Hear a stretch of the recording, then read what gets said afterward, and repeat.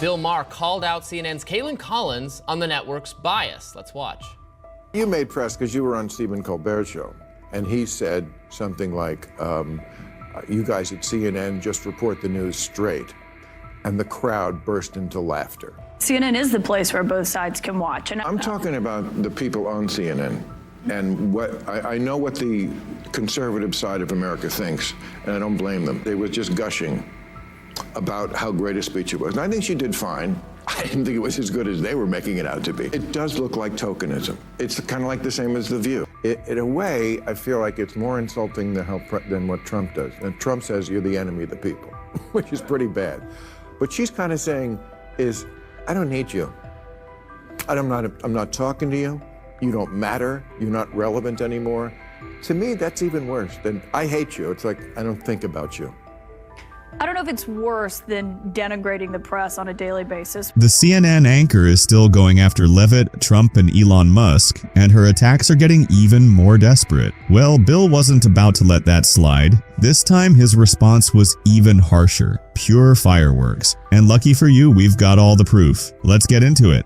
Would you continue to give Ukraine money and weapons if you're elected? What's the answer? If I'm president, I will have that war settled in one day, 24 hours. It'll be absolute growth. Want Ukraine to win this war? I don't think in terms of winning and losing. I think in terms of getting it settled so we stop killing all these people. Let's follow up on that because that's a really... Excuse me, let me just follow up. Can you say if you want Ukraine or Russia to win this war? I want everybody to stop dying. They're dying. Russians and Ukrainians. I want them to stop dying.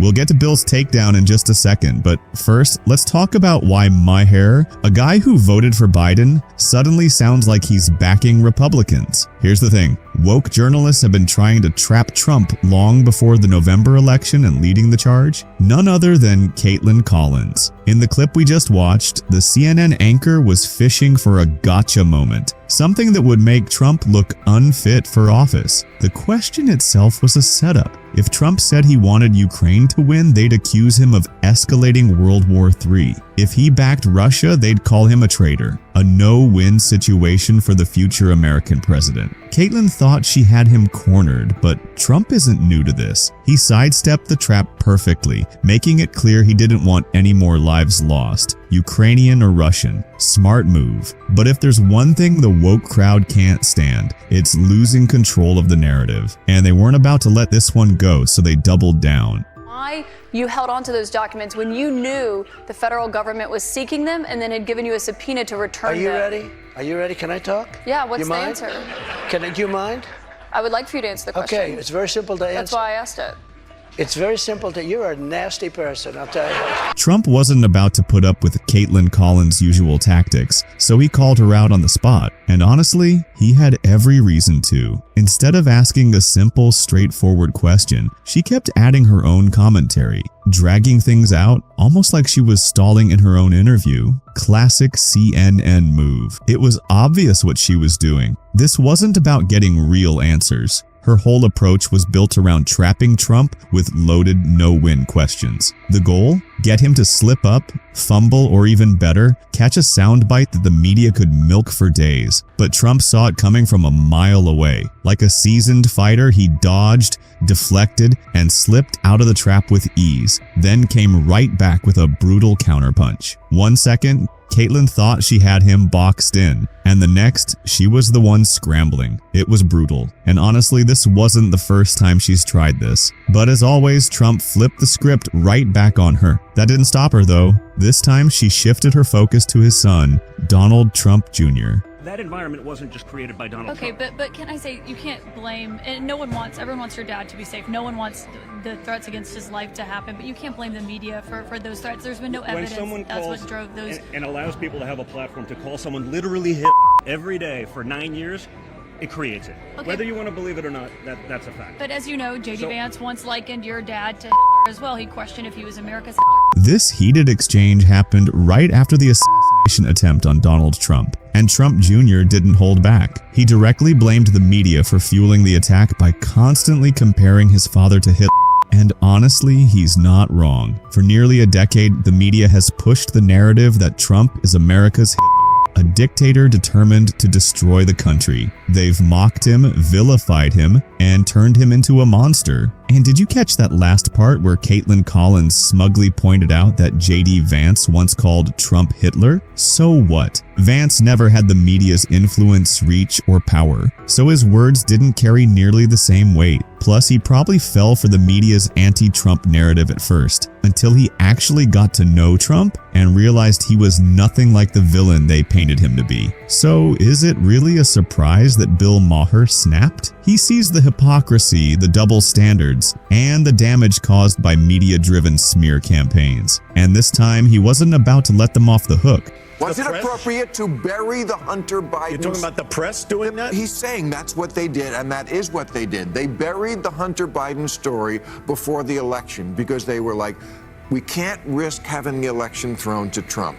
We'll tell them after the election. And we know for a fact that that's what they did? Of course. You don't but follow I'm this. saying you know for a fact that that's what they did. I don't know what they did. I know, because you only watch MSNBC. No, that's not true. Bill Maher had reached his limit with the media's double standards. Kaitlan Collins and her colleagues have spent years pushing a one-sided story, painting Biden as a saint and Trump as the ultimate villain. They're not just reporting the news, they're shaping it. Their obsession with keeping Democrats in power has led to non-stop negative coverage of Trump, twisting his words, spinning every headline, and keeping the outrage machine running 24/7. But when the scandals involve their own side, silence. Take Hunter Biden, for example. His leaked laptop contained damning evidence of corruption, shady foreign deals, and influence peddling. But Kaitlan and her team buried the story like it never even happened. Now, imagine if Don Jr. had even a fraction of Hunter's baggage. CNN would be covering it non-stop for weeks. And that's exactly why Bill Maher snapped. He sees the hypocrisy. He knows the media isn't just biased, they're acting as activists. And this time, he wasn't going to let them off the hook.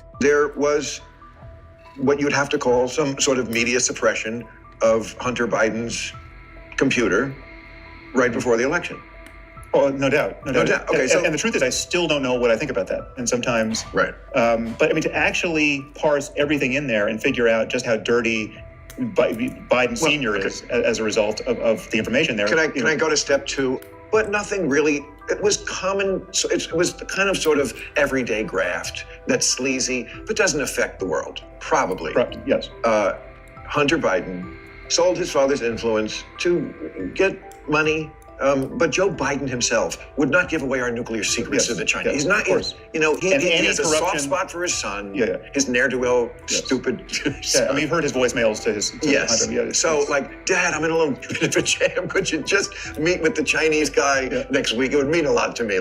And Joe would do it, and then Hunter would get the money for the meeting. That's how out of control things got when the Hunter Biden scandal blew up. Honestly, we're probably lucky he didn't sweet-talk his dad into handing over nuclear codes for a quick payday. Because given his history, would anyone really be surprised? This is a guy who has sold access, influence, and who knows what else. But sure, let's all keep pretending that Trump is the real villain here. The media goes to extreme lengths to shield the Bidens, acting like Hunter is just some misunderstood guy dealing with personal struggles. But let's be real. If Trump Jr. had even half of Hunter's scandals, the media would be calling for his head on a platter. Let's unravel what could easily be Hollywood's most explosive fiasco of 2024. George Clooney, Hollywood's golden boy known for his charisma, sophistication, and status as cinematic royalty, is now caught in the middle of a career meltdown so over the top, it feels ripped straight from one of his own disaster movies. At the core of this mess is a feud so fiery, so public, and so wildly entertaining, it's grabbed the attention of both the industry elite and everyday viewers alike. And the unexpected co-star in this unscripted drama,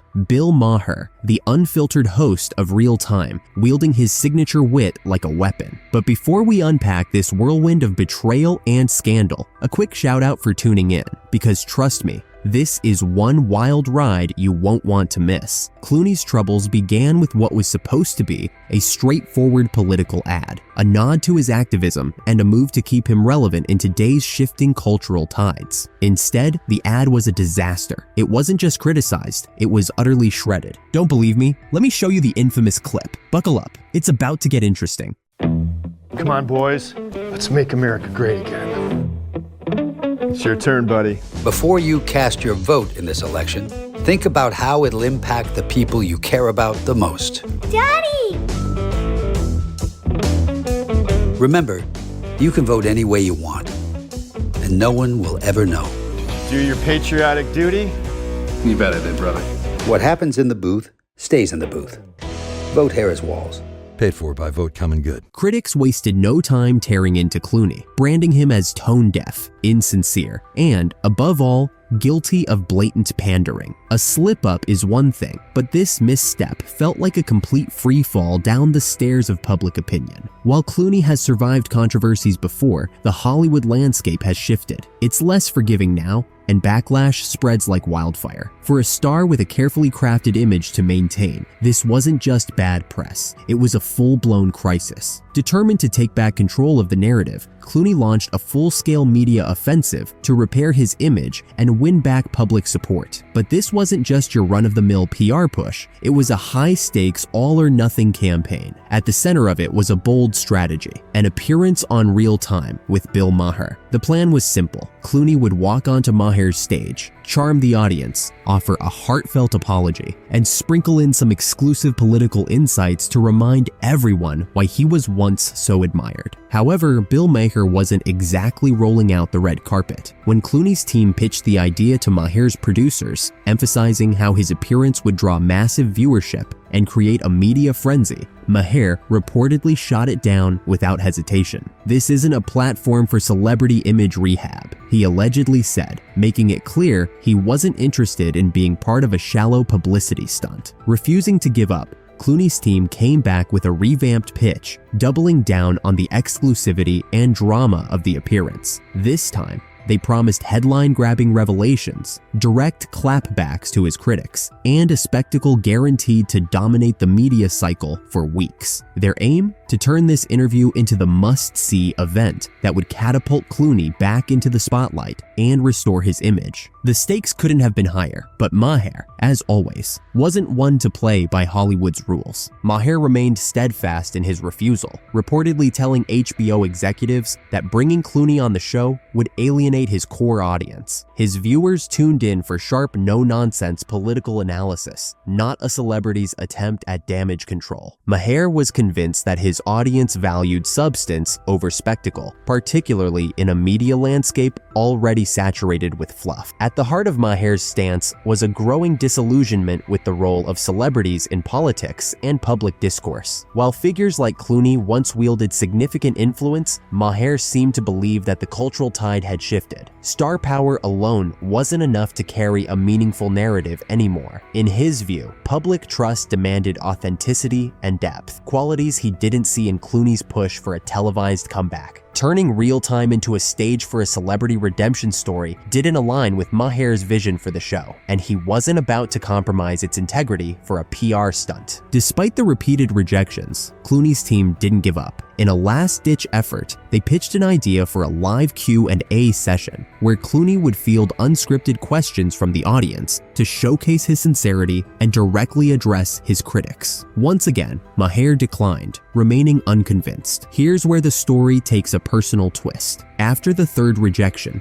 Clooney himself decided to intervene, reaching out to Maher directly. He proposed an unscripted, candid conversation, hoping to appeal to Maher's belief in open dialogue. But Maher wasn't budging. According to sources, he bluntly told Clooney that his show wasn't a platform for celebrity redemption arcs. For Maher, it wasn't just about protecting his ratings, it was about maintaining the show's credibility. This final rejection wasn't just a professional setback for Clooney, it was a deeply personal blow. A Hollywood icon who had spent decades accustomed to doors opening effortlessly with his charm now faced a rare and public refusal. For someone like Clooney, who had long been a darling of both Hollywood and the public, this moment of rejection was an uncharted and humbling experience, one that served as a stark reminder that even stars aren't immune to the shifting tides of public opinion. Behind the scenes, the feud between George Clooney and Bill Maher was intensifying. Maher, never one to mince words, reportedly mocked Clooney's persistent attempts to appear on Real Time during private conversations. According to insiders, Maher allegedly described Clooney's behavior as desperate, likening his repeated pitches to auditioning for a pity party. Though these remarks weren't made publicly, word quickly got back to Clooney, leaving him seething with anger. Maher didn't stop there. During one of his monologues, he took thinly veiled shots at Hollywood elites, ridiculing actors who clung to their fame by pushing political agendas rather than relying on their actual body of work. While he didn't name Clooney outright, the implications were clear to anyone paying attention to the drama. Clooney, however, wasn't about to let Maher have the last word. Frustrated and eager to shift the narrative, his team began pitching him to other platforms, including The Howard Stern Show. But even Stern, known for his unfiltered and edgy interviews, appeared hesitant. Reports suggested that Stern's team was cautious about associating with Clooney, given the actor's spiraling public image and the growing backlash surrounding him. As rejection after rejection piled up, Clooney's frustration reportedly boiled over. Behind the scenes, insiders described him as being in meltdown mode, venting his anger not just at Maher, but at the broader Hollywood ecosystem. Once known for his charm and composed demeanor, Clooney's erratic behavior was both surprising and unsettling to those around him. Meanwhile, Maher remained unshaken. Although he never directly mentioned Clooney by name, his pointed comments about celebrity culture and political posturing left little doubt about the target of his criticism. For Maher, this wasn't just a professional standoff, it was a principled stand. By refusing to entertain Clooney's PR campaign, Maher reinforced his commitment to authenticity and refused to let his show become a platform for shallow celebrity theatrics. What started as a simple disagreement has now morphed into one of Hollywood's most talked about scandals of the year. The clash between Clooney and Maher isn't just about an actor trying to salvage his reputation or a talk show host maintaining his integrity. It reflects a broader cultural shift where the public and even the entertainment industry seems increasingly unwilling to give celebrities a free pass. In a world shaped by social media and instant backlash, even the most iconic figures are discovering that reputation, once lost, isn't easily reclaimed.